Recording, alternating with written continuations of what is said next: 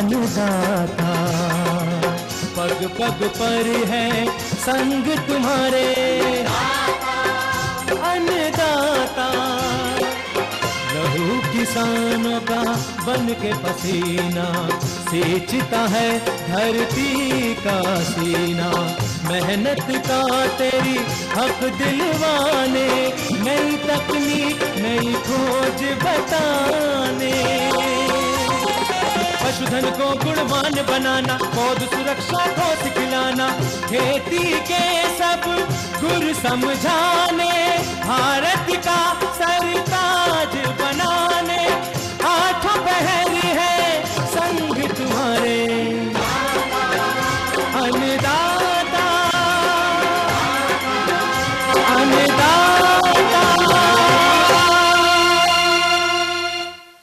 नमस्कार, मैं हूं आपके साथ निदा अहमद। आप सभी दर्शकों का अन्नदाता कार्यक्रम में स्वागत करती हूं। हर रोज की तरह कार्यक्रम में लेकर आई हूं खेती बाड़ी से जुड़ी हुई बहुत सी लाभकारी जानकारियां।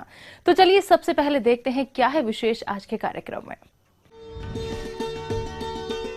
कीवी की बागवानी में इस समय किए जाने वाले महत्वपूर्ण कार्य। ग्लैडियोलस फूलों की खेती करके किसान कमा सकते हैं ज्यादा मुनाफा। एक सफल किसान ने बंद गोभी की भरपूर पैदावार लेकर कमाई अधिक आय।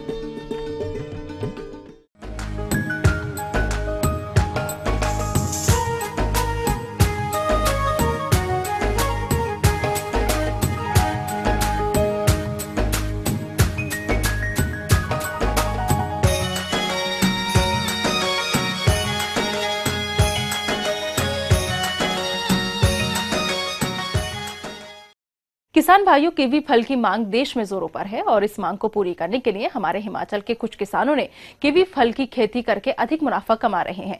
लेकिन कीवी की बागवानी से अच्छी फलत लेने के लिए किसान भाइयों को इन दिनों इस बाग में कौन कौन से महत्वपूर्ण कार्य करना जरूरी है, इस बारे में बता रहे हैं डॉक्टर YS परमार विश्वविद्यालय नौड़ी सोलन के फल बागवानी वैज्ञानिक डॉक्टर विशाल राणा।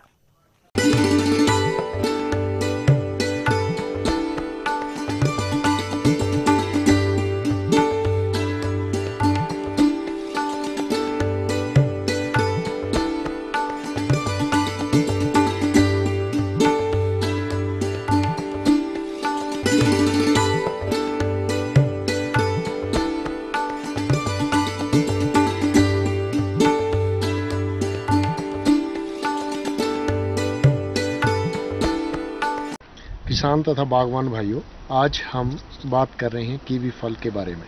हम सब जानते हैं पिछले कुछ वर्षों से कीवी फल हमारे खासकर जो मध्य पर्वतीय क्षेत्र हैं, जिनकी समुद्र तल से ऊंचाई 900 से 1800 मीटर है या 2000 मीटर के करीब है, वहाँ पर हमारा कीवी फल जो है, यह चाइनीज़ गूसबेरी के नाम से भी जाना जाता है, ये बहुत एक महत्वपूर्ण स्थान लेता जा रहा है।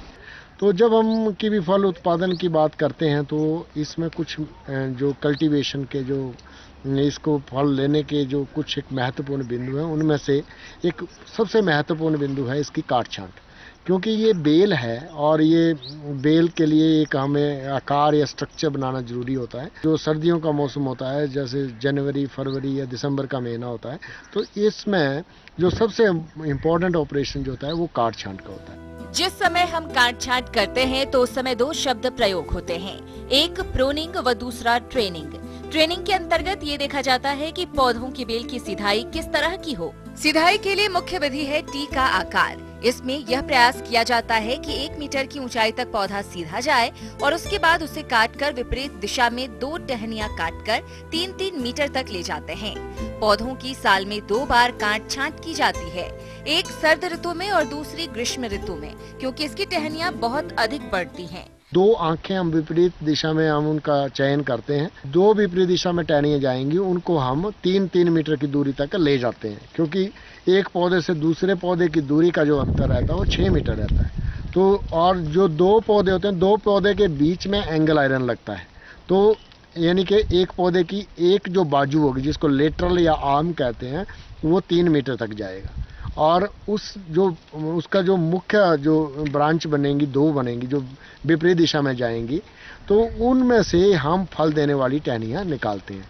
तो ये सबसे महत्वपूर्ण है। पहले 1-2 वर्षों तक तो एटलीस्ट हमें यही प्रयास रहना चाहिए कि इस पौधे का स्ट्रक्चर ठीक बने। तो तो काट छांट के अलग अलग उद्देश्य होते हैं और मुख्य उद्देश्य इसमें ये होता है कि टहनी आपस में ना उलझें, और हम इसमें जो ठंड इनमें जो हमारे टेम्परेट फ्रूट्स होते हैं जिसमें कीवी भी है, इसमें हम ये तय करते हैं कि हमने कितना फल लेना है।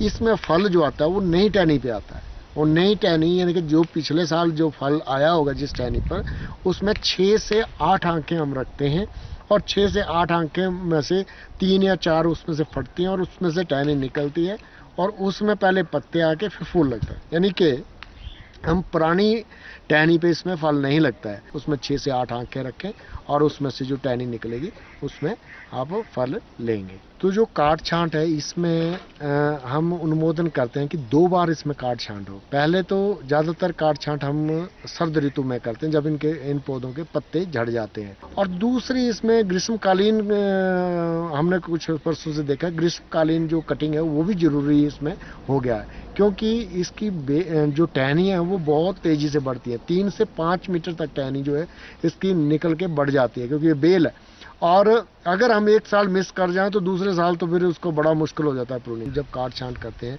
तो पौधे को कोई नुकसान ना हो। जब पौधे की काट छांट की जाती है तब इस दौरान पौधे पर कुछ जख्म लग जाते हैं। ऐसी स्थिति में इस पर नीले रंग का चौबाटिया पेंट लगाना चाहिए।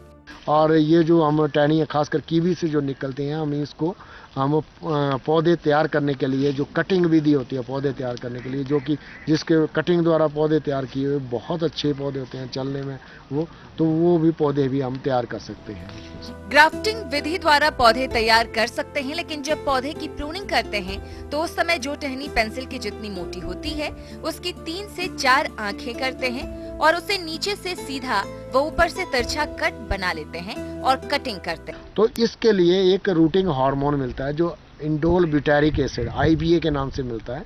वो 4000 ppm के उससे कंसंट्रेशन से बनाना पड़ता है, उसमें वो डुबोनी पड़ती हैं कटिंग्स।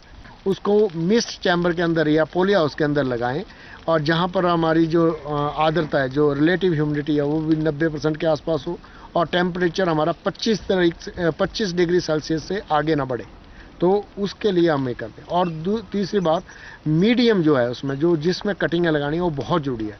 उसमें रेत 1 भाग, और अगर जंगल की जैसे खासकर बाण के मिट्टी मिल जाए वो उसको हम अच्छी तरह छान छून के लगा लें तो 1 भाग, और 1 भाग गोबर, यानी कि उसमें मिट्टी बहुत अच्छी होना जरूरी है। उसमें जनवरी फरवरी में लगाते हैं तो अगली जनवरी में पौधे तैयार हो जाते हैं, और उसमें रूट सिस्टम भी बहुत अच्छा होता है। और हमने अपने अनुभव के आधार पर ये पाया है कि ग्राफ्टेड पौधों की अपेक्षा जो कटिंग यानी कि ऑन रूटेड पौधे, जो इन कलमों द्वारा जो पौधे तैयार किए होते हैं, वो ज़्यादा अच्छे होते हैं। जैसे इस बगीचे में रखे हुए हैं हमारे पौधे जो हैं, ये सारे हमने सफ़ेदी की हुई है। तो इस सफ़ेदी में अगर हम थोड़ा सा कॉपर या क्यूप्रैक्स या कॉपर ऑक्सीक्लोराइड अगर हम डाल दें थोड़ा सा पिंच, तो इसका भी एक फ़ायदा रहता है। हमारे कुछ बगीचे ऐसी परिस्थितियों में लगे हुए हैं जहाँ पर सूर्य की रोशनी बड़ी तेज़, जो प्रकाश है बड़ी तेज़ पड़ता है, उससे कैंकर आदि का प्रभाव भी पड़ जाता है। ये पौधे झुलस भी जाते हैं। जैसे कि हमारा कीवी का पौधा है, ये छाया मांगता है, और अगर बहुत ज़्यादा अगर ये एक्सपोज्ड होगा सनलाइट को तो उसमें कई बार इसमें विकार आ जाता है, इसमें झुलसने का। तो हम जब चूना लगाते हैं तो अब चूना जो है सोलर के जो लाइट है उसको या रोशनी है उसको कम एब्जॉर्ब करता है और रिफ्लेक्शन से लाइट वापस भेज देता है, ये फ़ायदा रहता है। फिर ये दूसरा है कैल्शियम कैल्शियम देता है। तीसरा, इसमें जब हम कुछ कॉपर ऑक्सीक्लोराइड वगैरह मिलाते हैं तो बीमारियों का प्रकोप भी उससे रुक सकता है, और बगीचा भी हमारा ठीक लगता है।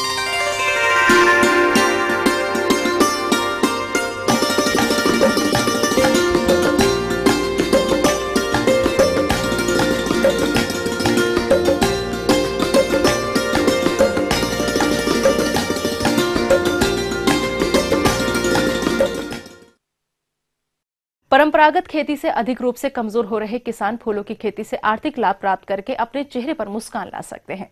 किसान भाइयों, वर्तमान समय में बाजार में ग्लैडियोलस फूलों की काफी मांग है, और ऐसे में ग्लैडियोलस फूल की खेती आधुनिक तरीके से करें तो परंपरागत खेती से ज्यादा आय आप कमा सकते हैं। तो आइए जानते हैं हरियाणा कृषि विश्वविद्यालय के बागवानी विशेषज्ञ डॉक्टर रूपाली शर्मा से कि किस प्रकार से ग्लैडियोलस फूल की आप उन्नत खेती करें। किसान भाई बहुत से परंपरागत खेती करते हैं, जैसे गेहूं, सरसों, चावल। इसके अलावा अगर वो फूलों की खेती करें तो वो उससे दुगना तिगना फ़ायदा उठा सकते हैं। जैसे ग्लैडुलस जो है ना, आजकल बुके वगैरह में या फिर ब्यूटिफिकेशन के लिए, सजावट के लिए बहुत यूज होता है। ये दिखने में बहुत सुंदर फ्लावर्स होता है। और ग्लैडुलस का जो हम प्रोपोगेशन है वो हम कंद से करते हैं। कंद को हम इंग्लिश में कॉम्स भी कहते हैं, जो प्याज की तरह होते हैं। तो हम इनको अक्टूबर नवंबर के मंथ में कॉम्स की सोइंग करते हैं। ग्लैडुलस को लगाने से पहले हम अपनी भूमि को कैसे तैयार करते हैं ये हम बताते हैं। पहले भूमि को तैयार करने के लिए हम उसमें अच्छे से सड़ी हुई गोबर की 50 टन खाद पर हेक्टेयर गोबर की खाद को हम अच्छी तरह से मिक्स कर लेंगे। उसके बाद हम यूरिया जो डालेंगे वो 600 किलोग्राम प्रति हेक्टेयर के हिसाब से हम यूरिया डालेंगे। सिंगल सुपर फास्फेट हम डालेंगे 625 किलोग्राम पर हेक्टेयर। और म्यूरेट ऑफ पोटाश यानी कि MOP हम डालेंगे 160 किलोग्राम प्रति हेक्टेयर। इन सब चीज़ों को हम अपनी भूमि में अच्छी तरह से मिक्स करके अपने खेतों को तैयार करेंगे। उसके बाद हम खेतों में बेड बनाएंगे। बेड बनाने के बाद हम इनकी जो स्पेसिंग रखेंगे, अगर हमें क्वालिटी इंप्रूव करनी है तो हम स्पेसिंग रखेंगे 25 बाई 25 सेंटीमीटर। अगर हमें ज़्यादा फूलों की खेती करनी है, कम स्पेस में हमें ज़्यादा फूलों की खेती करनी है तो हम इसकी स्पेसिंग कम भी रख सकते हैं। 15 बाई 15 पर भी हम इन फूलों को लगा सकते हैं। तो अगर किसान भाई ने सबसे पहले प्लांटिंग करने के लिए कॉम्स बाहर से खरीदने पड़ेंगे, हमें किसी अच्छी नर्सरी से हम लेके आएंगे। तो अगर 2.5 रुपये का या 2 रुपये का एक कॉम्स यानी कि एक कंद 2 रुपये का भी मिलता है और हम उसको 15 बाई 15 सेंटीमीटर की डिस्टेंस पर लगाते हैं, प्लांट टू प्लांट डिस्टेंस। और कतार टू कतार डिस्टेंस हम लेंगे 30 बाई 30 सेंटीमीटर। तब हम देखेंगे कि एक कॉम से जो एक स्टिक बनेगी वो मार्केट में उसका प्राइस होगा 6 से 7 रुपये। ग्लैडुलस की एक स्टिक का प्राइस हमें मिल जाएगा। उसके बाद जो उस कॉम से हमें जो नीचे भूमि में जो दूसरे कंद बनेंगे, उस एक कंद से वो 2 से 3 कंद बनेंगे और छोटे छोटे 35 से 40 कॉर्नलेट्स बनेंगे। अगर हम 1-2.5 रुपये के एक कंद से हमारे पास 3 कंद बन जा रहे हैं और नेक्स्ट सीजन में हमारे पास प्लांटिंग मटेरियल भी इकट्ठा हो रहा है तो हम एक कंद से 3 कंद भी बना रहे हैं, साथ में हम 6 से 7 रुपये की एक स्टिक भी सेल कर रहे हैं मार्केट से। तो इस तरह से किसान भाई को सिर्फ एक बार प्लांटिंग मटेरियल मार्केट से खरीदने की आवश्यकता पड़ेगी और नेक्स्ट सीजन वो अपना प्लांटिंग मटेरियल खुद अपने ही खेत में तैयार कर सकते हैं और इससे 2 से 3 गुना तक ज़्यादा कमा सकते हैं। देखभाल करने के लिए हमें कुछ खास देखभाल नहीं करनी होती है, सिर्फ जैसे ही कंद में फुटाव शुरू होता है हम इसमें पानी दे देंगे। अगर हम टपका सिंचाई विधि से पानी दे रहे हैं तब ज़्यादा अच्छा है। हम उसी में फर्टिलाइज़र, जो आजकल घुलनशील फर्टिलाइज़र आ रहे हैं, हम उन्हें पानी में घोल के दे सकते हैं। उसके बाद हम उन्हें ज़्यादा हमें देखभाल नहीं करनी है, 10 से 5 दिन के अंतराल में बस हम उन्हें पानी देते रहेंगे। फरवरी सीजन में इसमें फ्लावरिंग हो जाती है जो कि मिड मार्च तक और एंड मार्च तक रहेगी। उसके बाद हम ऊपर के इनके कट कर देंगे सारे फूलों को। जब फुटाव शुरू हो जाए और कंद जो थोड़ा गलने लगे तो हम उसमें बेबिस्टिन का घोल भी डाल सकते हैं। चारों तरफ मिट्टी के पास बेबिस्टिन का घोल भी डाल सकते हैं। इसके अलावा जब पौधा थोड़ा बड़ा होता है तो उसमें एक बीमारी और आती है, जैसे पत्तियां पीली पड़ने लगती हैं। अगर पत्तियां पीली पड़ने लग रही हैं तो हम इसमें डाइथेन M45 का 0.2% घोल से स्प्रे भी कर सकते हैं इस बीमारी को रोकने के लिए। तो ये थी कुछ उपयोगी जानकारियां। अब लेते हैं एक छोटा सा ब्रेक, जल्द लौटेंगे और कार्यक्रम में आगे हैं महत्वपूर्ण जानकारियां। बने रहिए हमारे साथ।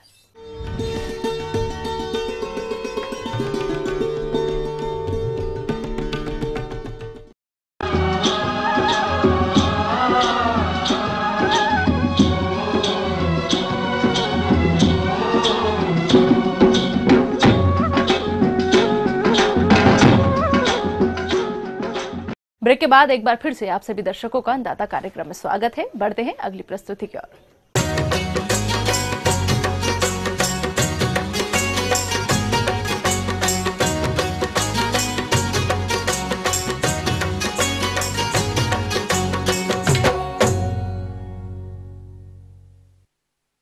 हमारे प्रदेश में बहुत से किसान सब्जियों की खेती करके अच्छा लाभ ले रहे हैं और इसी के अंतर्गत आज हम आपको छत्तीसगढ़ राज्य के ग्राम मोपका जिला बिलासपुर के एक सफल किसान भरत खेत्रपाल से मिलवाने जा रहे हैं, जिन्होंने बंद गोभी की खेती करके अधिक लाभ कमाया है। तो इन्होंने बंद गोभी की खेती किस तरह से की है, आइए जानते हैं खुद उन्हीं से।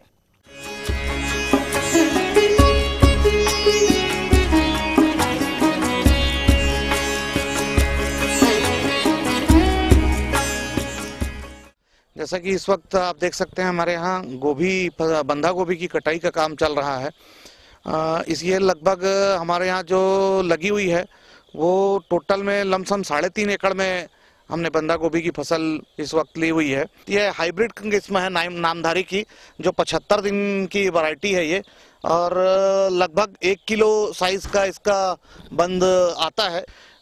इस वक्त इसको लगे लगभग 80 दिन होने जा रहे हैं, जो कि अपने फसल का 70% भाग लगभग इसमें से अब कट चुका है, बाकी शेष कटना बाकी है। चूंकि इन्होंने बंद गोभी की खेती 3.5 एकड़ में की है और अच्छा लाभ कमा रहे हैं, अब बात करें आय व्यय की, तो इनको 1 एकड़ बंद गोभी की खेती करने में कितनी लागत खर्च आया और कितनी आय प्राप्त हुई है। जब उनसे पूछा तो उन्होंने कुछ इस प्रकार बताया। भट्टा की फसल उखाड़ने, इसकी गुड़ाई करने इत्यादि में लगभग 20 मजदूर हमने इसमें उस समय खर्च किए थे, और उसके बाद में 10 मजदूर लगभग प्रति एकड़ की लगाई में खर्च हुए हैं। हम 11 से 12 पैकेट की नर्सरी देते हैं, जो कि लगभग 3000 रुपये मूल्य का बीज रहा है। इसके बाद में बाकी प्रबंधन में नर्सरी की तैयारी में दवा से लेकर के लेबर, नेट और अन्य प्रबंधन में लगभग हमने इसमें 5,000 रुपया और लगाया है, और खाद वगैरह के प्रबंधन में लगभग हमारा 5,000 रुपये खर्च रहा होगा प्रति एकड़। और करीब करीब दवा का, जैसा कि मैंने आपको बताया कि इस वर्ष थोड़ा डीबीएम का प्रभाव ज़्यादा रहा है, 4 स्प्रे हमें करने पड़े हैं, जिसकी कॉस्ट थोड़ी अधिक आती है। वो लगभग 7,000 रुपये के 4 स्प्रे हुए हैं। और बाकी चीज़ों के प्रबंधन, कटाई और ट्रांसपोर्टिंग करके लमसम इस समय में जो हम मोटा मोटी में खर्च कर चुके हैं, वो लगभग 45 से 50,000 के कैटेगरी में जा चुका है। चूंकि बाजार मूल्य अच्छा है, इसलिए फिर भी हमारा उत्साह काफ़ी बढ़ा हुआ है। 6 से लेके 8 रुपए तक का बंद गोभी इस वक्त हमारा बिका है। तो वैसे में लगभग 1.5 लाख रुपए के आसपास की क्रॉप होने की पूरी संभावना है। प्रति क्विंटल की, जहाँ तक जैसे कि मैंने आपको बताया था कि ये प्रति नग 1 किलो के लगभग वो होगा, तो उस प्रकार से हमें उम्मीद है कि लगभग 25,000 पौध इसमें से कटेंगे। 70% हमने सेल कर दी है, और मोटा मोटा हमारा आकलन है कि इसमें 1.5 लाख रुपए की लगभग की फसल होगी, और लमसम 50,000 रुपये का हमने इस पर खर्च किया है। जो मैंने आपको खर्च बताया है 50 से 55,000 रुपया, वो सारे खर्चों को जोड़ने के उपरांत है। मजदूर खर्च, कटाई खर्च, ट्रांसपोर्टिंग खर्च, पौध बीज व्यवस्था, खाद व्यवस्था, दवा व्यवस्था। तो अगर बाजार की व्यवस्था आखिरी तक सही रहती है तो हमें लगभग 1 लाख रुपए के बचने की, प्रति एकड़ के हिसाब से बचने की संभावना है। अभी आपने देखा 1 एकड़ बंद गोभी की खेती से प्राप्त हुए शुद्ध लाभ के बारे में। अब आइए जानते हैं कि कितनी अधिक उपज के लिए इन्होंने बंद गोभी की कौन सी किस्म का चयन किया तथा इसकी खेती किस तरह से की। जहाँ तक जोताई और बाकी तैयारियों का सवाल है, ये हमारी बोनस क्रॉप है। बोनस क्रॉप्स कहने से मेरा मतलब ये है कि इसमें पहले बैगन की फसल लगी हुई थी इस खेत में। उस वक्त हमने जब खेत की तैयारी की थी तो उसके लिए गहरी जोताई करके, यानी प्लाऊ से जोताई करके, फिर हैरो या डिस्क हैरो चला करके मट्टी को भुरभुरा करने के बाद में, मतलब बेड्स वगैरह बना के, उस समय हमने इसमें भट्टे की रोपाई की थी, जो कि जून के समय में रही है। उसके बाद उस फसल के खत्म होने के उपरांत इधर नर्सरी तैयार हो रही थी, और उधर हमने भट्टे की क्रॉप को उखाड़ करके इसकी कोड़ाई वगैरह करा के इसको 10-15 दिन सूखने के लिए भी छोड़ दिया था। और जैसे ही इसकी नर्सरी तैयार हुई, हमने इसकी रोपाई कर दी है। प्रति एकड़ इसमें लगभग 28,000 पौधे लगाए गए हैं। मांदे से मांदे की दूरी इसमें अधिक है, चूंकि हमारा, जैसे कि मैंने बताया कि ये ड्रिप के हिसाब से और पुराना वो बना हुआ है मांदा, तो ये मांदे की जो चौड़ाई है लगभग 3 फुट है, और इसकी दूरी जो है लगभग, मतलब बीच का जो गैप है वो लगभग 1.5 फीट का है। जैसे कि मैंने आपको बताया था कि ये इसकी बोनस क्रॉप है, तो शुरू में हमें पौध रोपाई के समय हल्का सा DAP डाल के हमने इसकी पौध रोपाई की थी। उसके बाद में फास्फोरिक एसिड, यूरिया और पोटास का ही मेन प्रबंधन रहा है, जिसमें शुरुआत के लगभग 15 दिनों तक हम पोटास और यूरिया दोनों समान मात्रा में इसमें देते हैं, और उसके बाद में नाइट्रोजन को बढ़ा करके पोटास को थोड़ा सा कम कर देते हैं, जिससे इसकी बढ़वार काफ़ी तेजी से होती है। बंद गोभी में चूंकि नाइट्रोजन की काफ़ी आवश्यकता होती है। फसल परिपक्व होने के, मतलब समझ लीजिए 5-6 दिन पहले या 10 दिन पहले तक इसमें खाद चलाई जाती है। जैसे कि मैंने आपको बताया था इसका 75 दिन का ड्यूरेशन है, तो यानी लगभग हमने 65 दिन की उम्र तक इसमें खाद दिया है, जो कि अगर अपन एकड़ वाइज डिवाइड करते हैं तो नाइट्रोजन की मात्रा इसमें लगभग 3.5 बोरा, 1.25 कुंटल लगभग नाइट्रोजन और 1 कुंटल पोटास और फास्फोरिक एसिड करीब करीब लीटर में है समझ लीजिए, या केजी में भी उसको मान सकते हैं। तो वो 15 केजी लगभग फास्फोरिक एसिड का हमने इस पर प्रयोग किया है। खाद प्रबंधन और निंदाई गुड़ाई हमारा मेन इसका वो रहा है। उसमें कम से कम समझ लीजिए 3 गुड़ाई हुई है इसमें, जो कि नींदा नियंत्रण के साथ साथ जल प्रबंधन का जहाँ तक प्रश्न है वो मौसम परिस्थितियों और अपने खेत की कंडीशन पर निर्भर करता है। लेकिन जैसे कि मैंने आपको बताया कि हमारा जल प्रबंधन ड्रिप के माध्यम से है, तो प्रतिदिन तो हम चलाते ही हैं इसमें, चाहे वो 15 मिनट के लिए चले, बारिश हो या कुछ भी हो। बारिश वगैरह नहीं हुई थी या मौसम कम ठंडा है, तो उस परिस्थितियों को देख करके या जमीन की कंडीशन को देखते हुए थोड़ा बहुत आगे पीछे करके 2 घंटा अधिकतम, 15 मिनट न्यूनतम, इस दर से इसमें सिंचाई की व्यवस्था की गई है।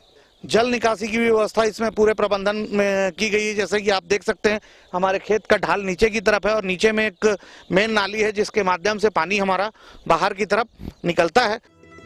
चूंकि इस बार मौसम में उतार चढ़ाव अधिक रहा, ऐसी स्थिति में उन्होंने अपनी बंद गोभी की फसल में कौन कौन से फसल सुरक्षा उपायों को अपनाया, आइए जानते हैं उन्हीं से। चूंकि मौसम में लगातार वेरिएशन रहा है, इसलिए इस वर्ष डिबियम का प्रकोप काफी अधिक रहा है। डिबियम यानी मतलब इसका एक बोरर है जो इसके अंदर घुस करके इसको खाता है अंदर की तरफ से, उससे इसमें छेद हो जाते हैं और बाजार मूल्य इसका खत्म हो जाता है। और एकदम सामान्य कीट है, किसी भी स्थिति में किसान भाई उसको तुरंत, मतलब थोड़ा भी सब्जी करने वाला किसान है अगर, तो तुरंत उस चीज को देख लेता है। जहां तक दवाओं का बात है तो वो वरिष्ठ लोगों से सलाह करके ही किसान भाई उसका उपयोग करें तो ज्यादा बेहतर होता है।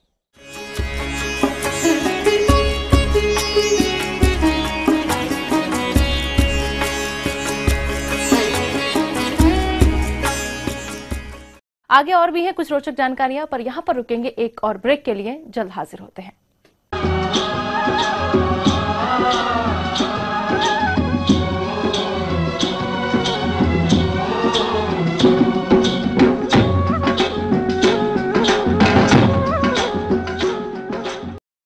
ब्रेक के बाद आप सभी दर्शकों का स्वागत है। चलिए अब रुक करते हैं अगली कड़ी की ओर।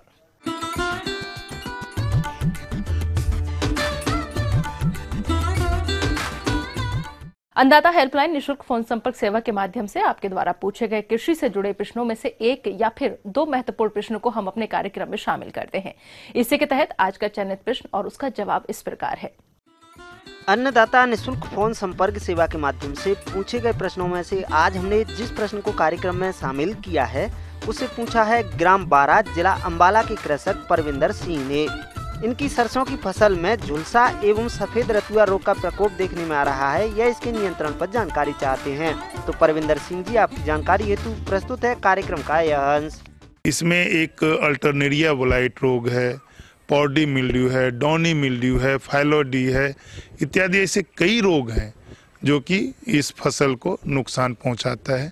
किसान भाई, एक चीज़ आप जैसे अल्टरनेरिया ब्लाइट की बात करें, आपको लगेगा कि यह बीमारी नुकसान पहुंचाने वाली नहीं है। शुरू में भूरे बिंदु या डॉट डॉट नुमा पत्ती पर, तने पर ये धब्बे उभरेंगे हल्का भूरा रंग लिए हुए, और ये बाद में अल्टरनेरिया देखेंगे कि वो रिंग टाइप का वो बन जाता है, वो घुमावदार अल्टरनेरिया का स्पॉट बनता है, और वो सारे पत्ती को, कई घुमावदार रिंग जो होते हैं वो पत्ती को सुखा देता है। ये पॉट पर भी बनते हैं। यह आप जब शुरुआती दौर में या अर्ली में जो खेती कर देते हैं किसान भाई, उसमें अधिक देखा गया है। ये रोग पौधों की निचली पत्तियों पर छोटे छोटे गहरे भूरे रंग का बिंदु के रूप में प्रकट होकर 1 सेंटीमीटर तक के वृत्ताकार बड़े धब्बों का रूप ले लेता है, जो तीव्र गति से ऊपर की पत्तियों, तनों व फलियों को ग्रसित करता है। ग्रसित फलियों का बीज भी प्रभावित होकर सिकुड़कर छोटा हो जाता है तथा रोग की उग्रता अधिक होने पर सड़ भी जाता है। सफेद रतुआ रोग। इस रोग से ग्रसित पौधे की पत्तियों की निचली सतह पर छोटे छोटे सफेद रंग के फफोले बनते हैं एवं इन फफोलों के ठीक ऊपर पत्ती की ऊपरी सतह पर गहरे भूरे रंग के धब्बे दिखने लगते हैं और तना व फलियों पर फफोले बन जाते हैं। अतिवृद्धि के कारण ग्रसित भाग फूलकर मांसल हो जाते हैं और इसके प्रभाव से उत्पन्न आंशिक व पूर्ण नपुंसकता के कारण बीज नहीं बन पाते। तो इस तरह का बीमारी यदि आपके खेत में दिखाई देता है अल्टरनेरिया का पत्ती पर या तने पर या पॉट पर, तो आपको सावधान हो जाना चाहिए। आपको सबसे पहले डायथेन M45 या डायथेन Z78, इसमें 2.5 ग्राम प्रति लीटर पानी डायथेन M45 या डायथेन Z78 का छिड़काव आप करें। एक छिड़काव करें, दूसरा छिड़काव फिर 1 सप्ताह बाद या 10 दिन बाद करें, तो निश्चित रूप से ये फफूंद आपको खेत में बढ़ने से रुकेगा।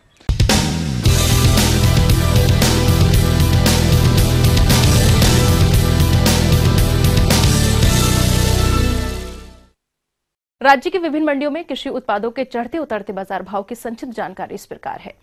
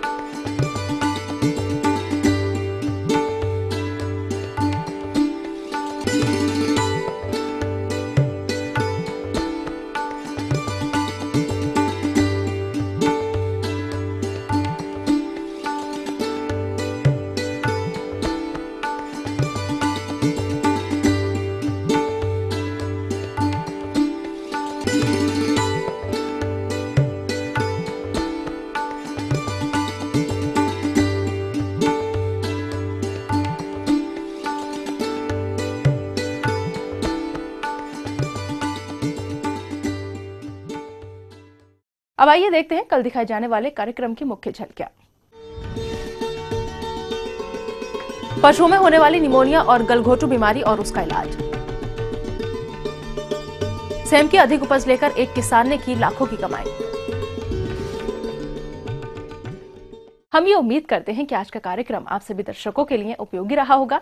किसान भाइयों, अन्नदाता आपकी सेवा के लिए संकल्परत है। कृषि संबंधित समस्या और सुझावों के लिए आप हमें इस पते पर संपर्क कर सकते हैं। प्रोड्यूसर अन्नदाता, ETV Haryana Himachal Pradesh, Ramoji film city Hyderabad 501512। साथ ही आप हमें ईमेल भी कर सकते हैं। हमारा ईमेल है annadaata.hr.hp@etv.co.in। इसके अतिरिक्त आप हमें निःशुल्क हेल्पलाइन नंबर 1800108599 पर सोमवार से शनिवार सुबह 10 से शाम 4 बजे के बीच संपर्क कर सकते हैं। फिलहाल अन्नदाता की पूरी टीम को आप दीजिए इजाजत। कल फिर इसी समय आपसे होगी मुलाकात कृषि संबंधित कुछ और महत्वपूर्ण जानकारियों के साथ। नमस्कार।